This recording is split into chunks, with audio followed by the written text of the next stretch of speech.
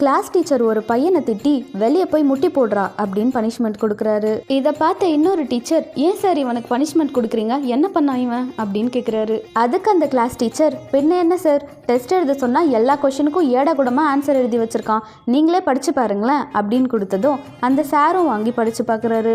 முதல் கொஸ்டினா திருவள்ளுவரை பற்றி குறிப்பு எழுதுகன்னு கேட்டிருந்ததுக்கு அந்த பையன், திருவள்ளுவர் ஒரு மிகப்பெரிய டப்பிங் ஆர்டிஸ்ட், காரணம் அவர் 1330 குறளின் சொந்தக்காரர் அப்படின்னு எழுதியிருக்கான்.